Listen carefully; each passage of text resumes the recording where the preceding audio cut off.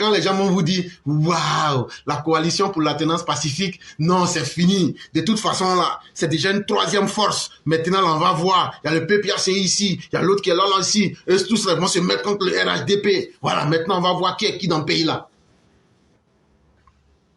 Tout ça, là, c'est bouche-parole. Et donc, la nouvelle coalition qui s'appelle CAP, C-A-P, qui veut dire Coalition pour l'alternance pacifique, la naissance du CAP en Côte d'Ivoire, l'opposition en désordre de bataille.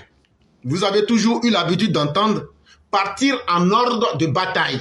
Mais eux, là, ils sont en train de partir en désordre de bataille. Et pourquoi? Pourquoi ils sont en train de partir en désordre de bataille? Ils sont en train de partir en désordre de bataille parce que Jeune Afrique qui est sorti aujourd'hui dit que Gbagbo, qui est actuellement en Belgique, il dit que lui n'est pas dans leur alliance. Ça, c'est un. Que lui, Koudou, là, c'est plus là. Que lui n'est pas Abou Soumaré, que Abou Soumaré dit lui n'est pas dedans. On dit, mais pourquoi tu n'es pas dedans? Il dit, attendez, je vais vous donner 3 raisons. Ça, j'ai dit que ce sont des analyses que j'ai faites. Voilà, donc, si vous ne suivez pas, vous n'allez pas comprendre. Il dit, la première raison, la coalition qu'ils ont créée, CAP là. CAP qu'ils ont créé là. Moi seul là, j'ai fait palabre avec eux tous. Je ne m'entends pas avec eux. Il dit, je ne m'entends pas avec Simone. Je ne m'entends pas avec Blé Goudé. Bon, les autres qui sont les menus frétins là, eux, ils ne comptent pas. Donc, sans le savoir, Laurent Gbagbo nous dit que cette coalition-là, c'est une coalition qui ne vaut même pas 0 plus 0. Il dit, bon, chaque agent là, lui-même, il y a palabre entre lui et moi. Il dit, bon, à part les 3 là, il y a qui est là-bas?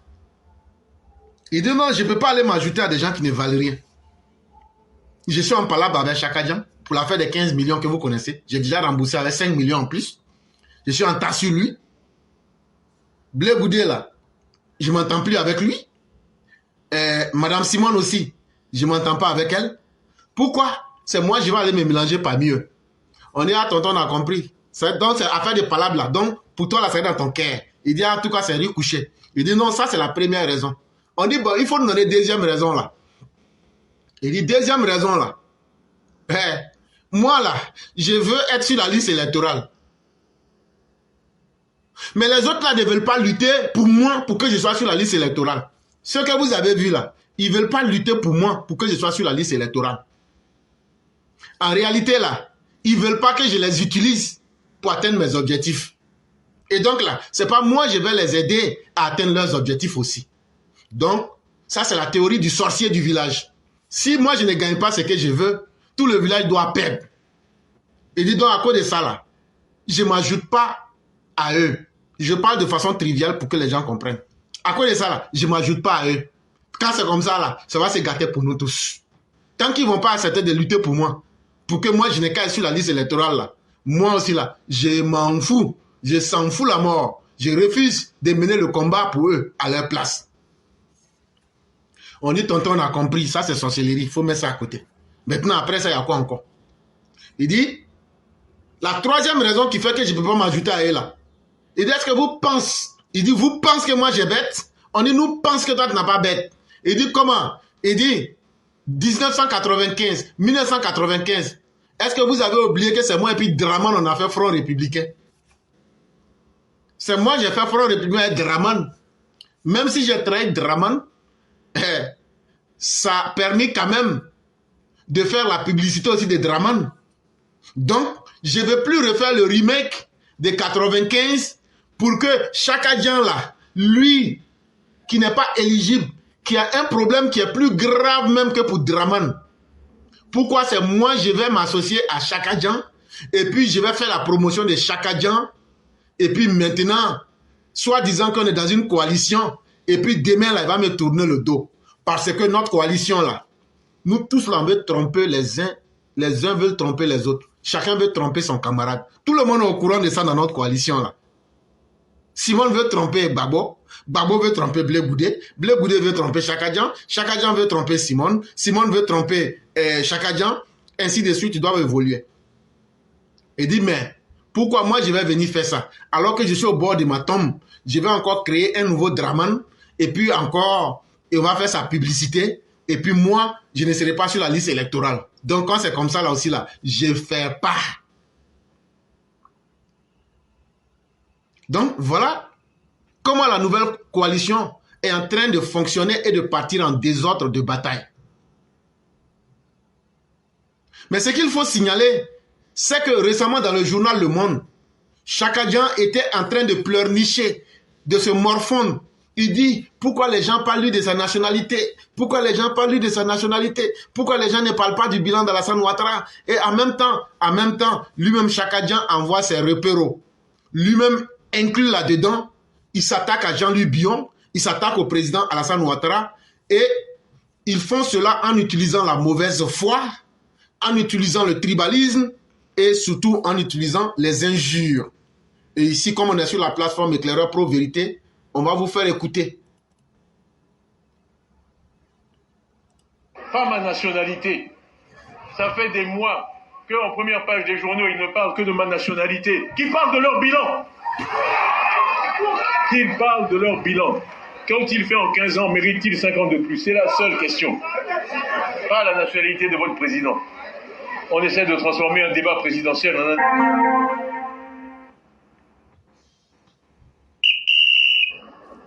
Je m'adresse tout particulièrement de cette connasse. Il y a beaucoup rien, c'est pas pareil. Qui va exposer notre président, qui va exposer notre parti, même les militaires à faire cette ligne. Vous ne la connaissez pas. J'ai fait cacher elle ne représente pas équipe pour parler de Didier.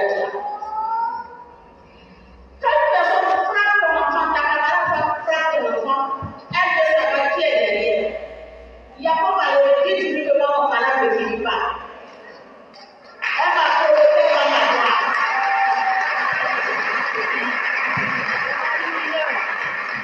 Cette fille est dans ma voix. La toute première fois, je l'ai rencontrée chez Mme Bédi.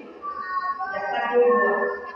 J'ai dit, ma fille, qu'est-ce que tu fais? Il ne faut pas t'exposer. Il ne faut pas nous exposer. Je parlais avec elle. Parce que j'allais la dire. Mais comme j'ai fait ça, et qu'elle me dit que ce que tu m'as dit, tu vas voir ce que je vais faire. Elle va s'asseoir à la télévision. Vous parlez de qui? Dans quelle bouche? Sa bouche qu'elle a dit qu'elle prend garde pour le déjeuner. Sa bouche de Boboto. Sa bouche de Bernard Trésé. Sa bouche de Caraton couché. Du lit couché. Elle prend pour déjeuner. Elle veut parler d'une personne qui déjà a une carrière depuis l'âge de 2 ans. Attends.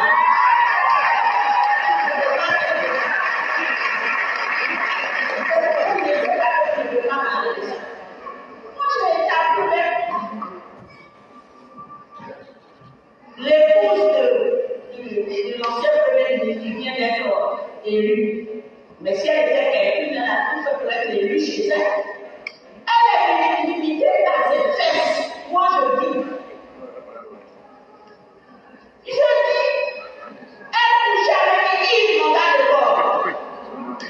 Une fois comme ça, je parlais de vous, je ne veux pas de fils.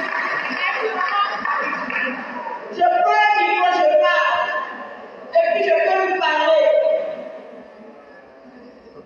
Parce qu'on ne dira pas, madame Leoni, voilà, elle me donne les maquis, elle est récilière, elle fait partout.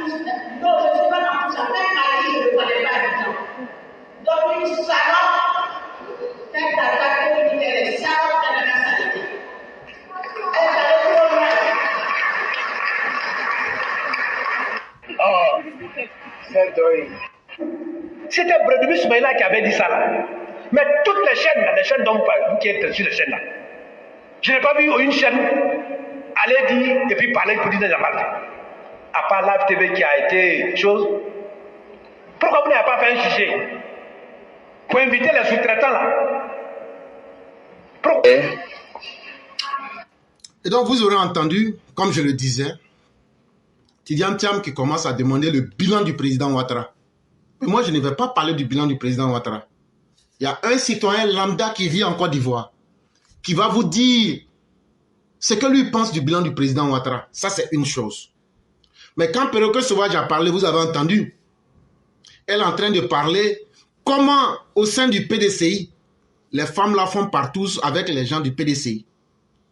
Elle explique comment d'autres femmes du PDCI sont limitées à leurs fesses. Et elle explique comment ils se cherchent entre eux là-bas au PDCI. C'est ce qui est devenu leur débat. Sans oublier qu'ils font teinter cela correctement. Tout ce qu'elle a dit là, vous avez entendu la voix de Soumaïla Traoré Bredoumi, le fils de M. Traoré. Et comme ils ont dit, tous ceux qui ne sont pas des baoulés, qui sont au PDCI, sont des enfants adultérins. Est-ce qu'un Traoré n'est pas un enfant adultérin au sein du PDCI? Mais il dit ce que Perroquet Sauvage a dit là. Si c'était quelqu'un d'autre qui avait dit, ah non, la Côte d'Ivoire n'allait pas respirer. Mais c'est ce que le PDCI est devenu. Mais comme Tidiane Thiam ne connaît pas bien la Côte d'Ivoire, il vient d'arriver. Après 23 ans, on va lui rappeler aujourd'hui le bilan du président Ouattara. Tonton Thiam a posé cette question. Il dit, la seule question qui mérite d'être posée aujourd'hui est la suivante. Ces gens qui gouvernent la Côte d'Ivoire depuis 15 ans, méritent-ils 5 ans de plus? Tonton Thiam, nous ne savions pas que le bitumage pouvait se faire en Côte d'Ivoire 12 mois sur 12. On ne savait pas ça. Nous ne savions pas que les villages de moins de 500 vies, âmes, pouvaient être électrifiés là. Nous ne savions pas ça. Nous ne savions pas que les monuments qui sont à Abidjan là, on pouvait les remplacer par des échangeurs là. Nous ne savions pas ça.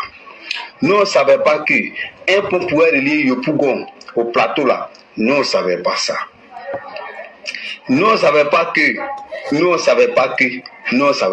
et tout ça, ça s'est fait aujourd'hui grâce à ce pouvoir-là de son excellence Alassane Ouattara. Donc, comme réponse à mon tonton Thiam, oui, même s'il faut 10 ans, nous sommes prêts à leur accorder ça.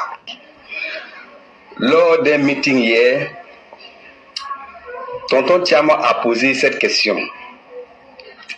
Il dit, la seule question qui mérite d'être posée aujourd'hui est la suivante.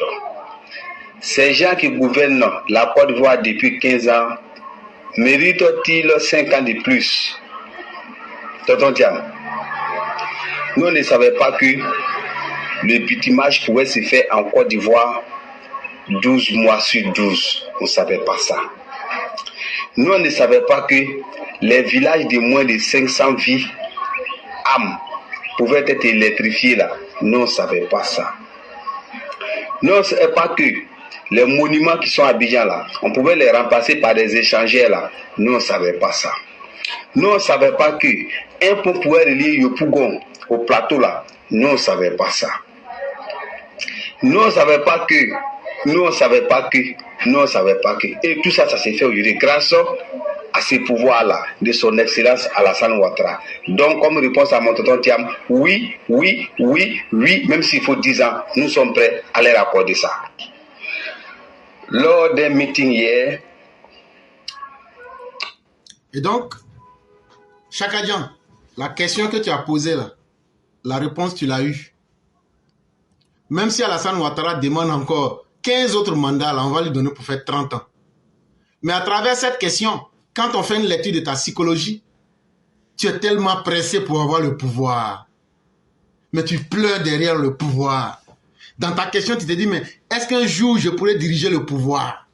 Et ça va me prendre combien de temps pour attendre? Ah, ça va te prendre le temps que tu finisses de te départir de la nationalité française. Ça va te prendre le temps de te faire connaître par les Ivoiriens. Ça va te prendre le temps d'apprendre à connaître les hommes politiques ivoiriens. Et c'est après tout ça là que tu pourras peut-être un jour, je dis bien peut-être, et ça va te prendre au moins 15 ans. C'est trop facile. Laurent Gbagbo a fait combien d'années avant de devenir président? Même si tu n'aimes pas quelqu'un, il faut reconnaître la vérité. Hein. Quelqu'un qui devient, c'est comme dans le mariage. Quand tu obtiens ta femme ou bien ton homme facilement, mais tu ne le considères pas. C'est comme quelque chose qui est facile. Mais quand tu sais que tu as lutté là, avant d'avoir là, tu te dis, ah, avec tous les efforts que j'ai mis dedans là, attends, je vais bien faire les choses là. Toi comme ça, tu viens après 23 ans. Et quelques mois, 8 mois, on n'a qu'à te prendre pays là pour te donner comme ça. Ah, Joe. Même si on dit que la Côte d'Ivoire ne vaut rien là, mais on n'est pas quand même de la marchandise. Nous ne sommes pas des porcs. Nous ne sommes pas dans un poulailler où à partir de 18h tu viens et puis tu dis au poulet rentrer dans la cage. Frère, est-ce que tu connais les Ivoiriens? Est-ce que les Ivoiriens te connaissent? Est-ce que tu connais les hommes politiques ivoiriens là? Est-ce que tu maîtrises les enjeux sous-régionaux? Est-ce que tu maîtrises le fonctionnement de la politique? Quelles sont toi-même tes qualités? Et qu'est-ce que tu peux faire pour qu'on ait confiance en toi? Tu n'as pas développé tout ça. Tu veux bien parler, jouer les Français, jouer un peu les cirés, façon la Joe. Nous-mêmes, la cirage, on a fini avec ça. Nous-mêmes, la cirage, on a fini avec ça. Ça, là, ça ne peut plus tromper quelqu'un. En fait, dans ta tête, toi, tu penses qu'on est encore à l'époque coloniale, où le colon, quand on le voit naître là, tous les Africains, en même temps, ça baisse. Comme toi, tu es venu de France, tu t'appelles Tidiane Thiam, tu es soi-disant petit-fils d'Oufoué, donc ça va suffire pour pouvoir matagraboliser les Ivoiriens. Toi, tu vas pouvoir jouer, t'envoler avec l'esprit des Ivoiriens. Frère, nous, on a vu ce qui est 10 fois mieux que toi ici dans le pays-là. On a vu ce qui est 10 fois pire que toi dans le pays-là ici. Nous, on a déjà vu tous les modèles. Ce que tu es dedans, là, ça va même pas aller loin même. Mais ça, là, la politique ivoirienne, là, toi, tu vas prendre, de la manière ton père, Amadou Thiam est venu de Diagana, là, toi, tu vas prendre tes tapettes et puis courir pour quitter dans la politique africaine, surtout ivoirienne. J'ai dit ça, là, ça sera ton point de départ, ton terminus. Espèce de Sénégalais que tu es. Espèce de fils de migrant que tu es, venu de Diagana. Ça, là, déjà quand on pense, ça te fait mal, là. En tout cas, moi, j'ai trouvé mon fonds de commerce. Tu es fils d'étranger, ta maman est étrangère, ton père est étranger, toi-même tu es étranger aussi. Et tu es un transhumant de nationalité. Tu as au moins plusieurs nationalités sur toi. Tu es un transhumant de nationalité. On ne sait même pas si tu as la nationalité chinoise. On ne sait même pas si tu as la nationalité même de Kuala Lumpur. Et ça, si on fouille bien là, quand tu es rému là, on va trouver, Laurent Gbagbo dit que tu as d'autres nationalités. Français qu'on sait là, tu ne veux pas encore abandonner. Tu es un homme malhonnête. Et ça là, on va montrer ça aux Ivoiriens. On va expliquer ça aux Ivoiriens. Et on va leur dire que tu es venu en Côte d'Ivoire là, c'est pour venir voler l'argent des Ivoiriens pour payer tes crédits. Sinon là, ce que tu détestes le plus, ce sont les Ivoiriens. Tes premiers ennemis, ce sont les Ivoiriens. Les Ivoiriens qui ont donné à manger à ton père Amadou Thiam là, et qui ont permis de leur donner gîte et couvert là. C'est eux aujourd'hui qui sont devenus les ennemis. Et tu es le symbole des étrangers qui sont les plus grands ingrats contre la Côte d'Ivoire. C'est toi, Tidiane Thiam. Ça, non, on va vous dire ça. Et puis ça ne va pas aller quelque part. Parce que l'arbre de la haine là, c'est vous qui avez planté haut. Maintenant, on dit de venir s'asseoir sous l'ombre de ça maintenant, ça va bien vous réchauffer, vous êtes en train de fuir. Et puis vous voulez qu'on arrête. On n'arrête rien ici. On n'arrête pas. Vous n'avez pas dit vous aimez l'ivoirité. On va faire ça maintenant jusqu'à aller au terminus. On n'arrête rien ici. Si vous voulez la fête, c'est que vous voulez. Mais on va toujours continuer à vous dire ça. Autrefois, la Côte d'Ivoire était l'emblème de la fraternité et de la diversité culturelle. Mais c'est vous qui avez créé l'ivoirité pour confronter la Côte d'Ivoire au tribalisme, à la haine, à l'ethnicité, à la division des fils et du pays. C'est vous les gens du PDCI, toi Chakadjan, avec Bédié qui avez fait ça. Vous avez mis en péril l'unité nationale de la Côte d'Ivoire. Alors que les Ivoiriens vivaient dans une parfaite harmonie. Les gens se mariaient entre eux. Les gens n'avaient pas de problème entre eux. Mais pour le clientélisme politique, vous avez créé des divisions. Et vous avez aggravé ces divisions. Et vous avez exploité ces tensions-là pour vous maintenir au pouvoir. Et vous avez exclu des Ivoiriens véritables pour vouloir en faire des étrangers dans leur propre pays. Vous avez oublié tout ça? Aujourd'hui, là, c'est à vous d'assumer les conséquences de vos actes. Et vous, les dirigeants, qui vous êtes efforcés à diviser le peuple, là, il faut que vous subissiez les conséquences de votre politique. Parce que nous savons et nous sommes conscients que l'idéal commun c'est de renforcer la cohésion sociale. Mais ce n'est pas avec des ennemis de la paix, des bandits, des brigands, des trafiquants comme vous qu'on va arriver à cet idéal-là. Et c'est pourquoi on va utiliser votre propre âme contre vous-même. Et si vous en êtes vraiment désolé, présentez vos excuses aux Ivoiriens. Et là, on saura que vraiment, vous ne voulez pas qu'on parle de l'ivoirité ou bien de l'exclusion. Sinon, on va continuer à en parler et on va même continuer à inciter les gens à en parler. Maintenant, revenons à l'analyse. Parce que dans l'analyse que j'ai faite, je vous ai parlé de la CAP. Je vous ai dit pourquoi ils sont en train de partir en désordre de bataille. Je vous ai expliqué le cas Tidiam Thiam. Je vais vous expliquer maintenant. Quand on parle en politique là, surtout quand on parle d'une coalition là, on parle de légitimité. La coalition que vous voyez là, quelle est la légitimité de cette coalition? Comment des gens peuvent se mettre ensemble? Eux-mêmes, ils se réunissent par opportunisme, sans programme de campagne et sans projet de société. Est-ce que ces gens-là ont une légitimité? La réponse est non. La réponse, elle est claire, en grand caractère NON. Parce que si tu n'as pas de légitimité en politique, c'est comme un poisson qu'on prend et qu'on met à côté, hors de l'eau. C'est vrai, tu es un poisson, mais tu es un poisson mort. Des gens qui disent qu'eux, ils veulent une nouvelle alternative. Mais eux-mêmes là, leur union, leur coalition là, chacun veut profiter de l'autre. Ils ne sont pas sérieux. Et en plus de cela, ils n'ont pas de programme de campagne. Et donc pourquoi j'ai dit non? C'est une alliance morte.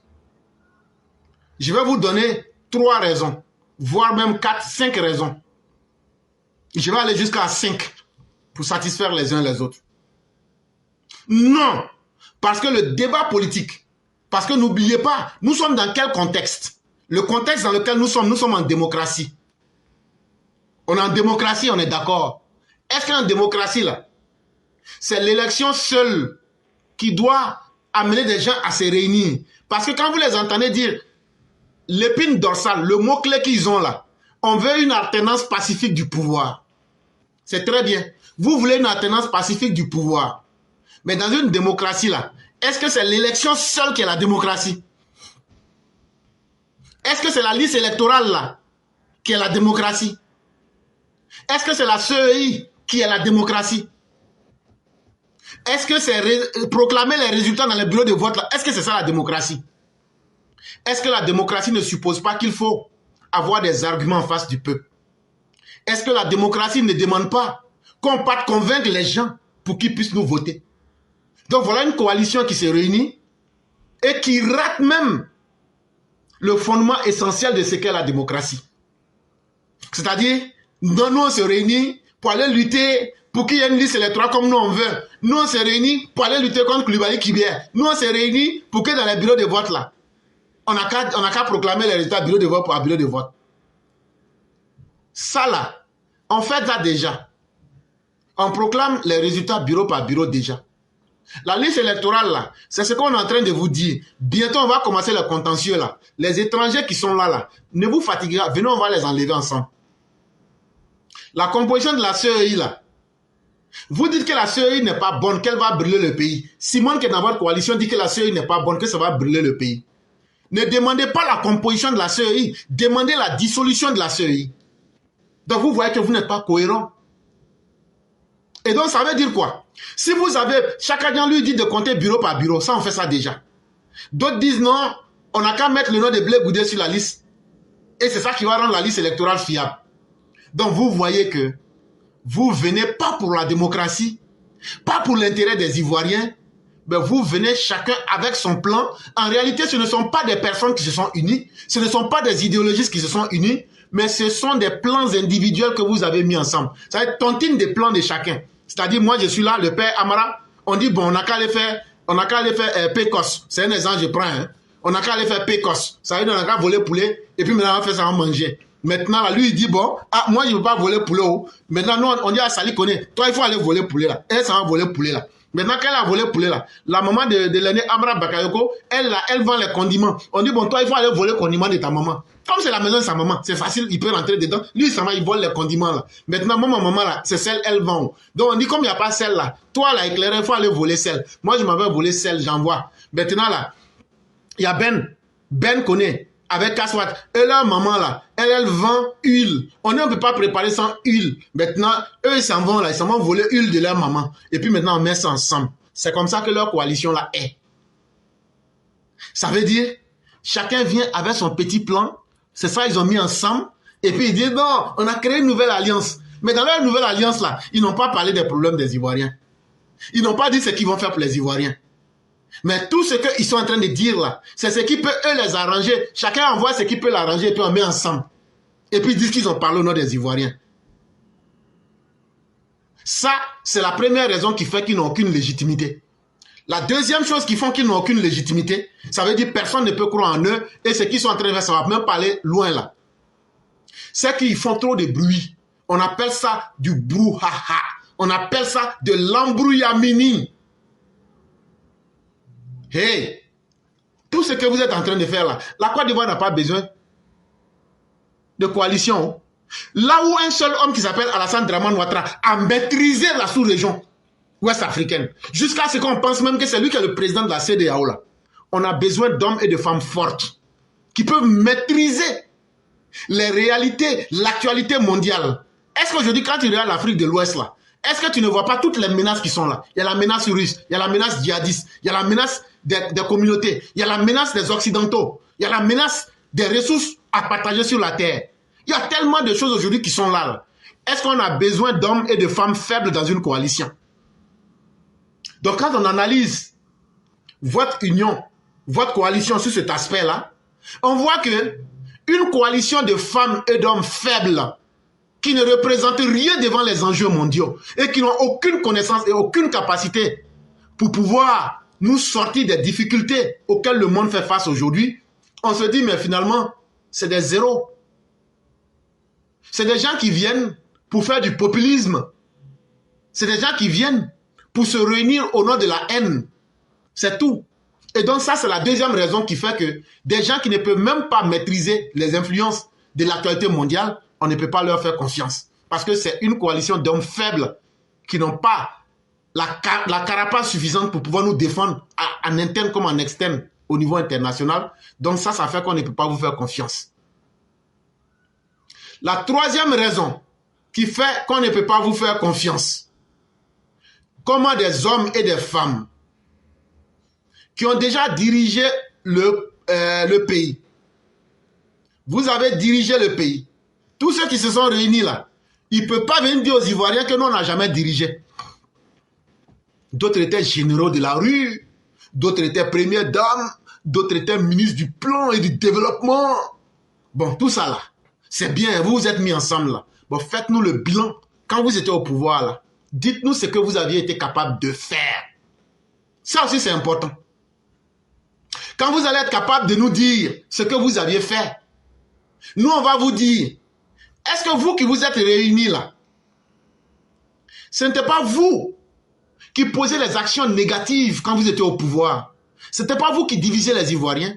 Ce n'est pas vous qui stigmatisiez les Ivoiriens. Ce n'est pas vous qui faisiez la promotion de l'exclusion sociale. Ce n'est pas vous qui avez désintégré le tissu social. Ce n'est pas toi, chaque agent, qui a vendu la société commune à des étrangers.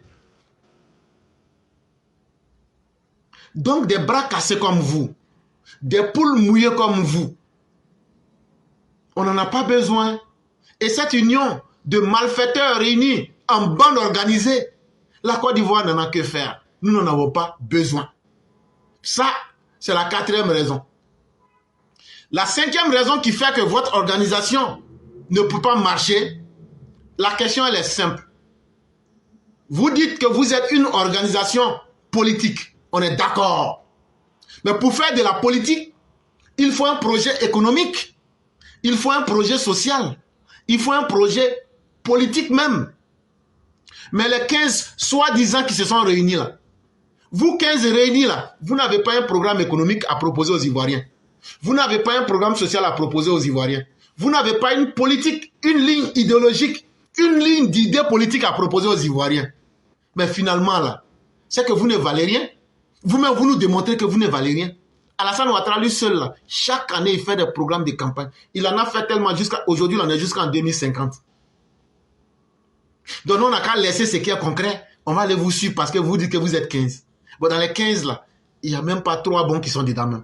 Et même quand on prend les 3, là, ce sont les mauvaises habitudes, les mauvais comportements, là, qui va aller se mettre dans tontine de mauvais comportements. La 6e raison qui fait que votre coalition est une coalition qui est perdue d'avance,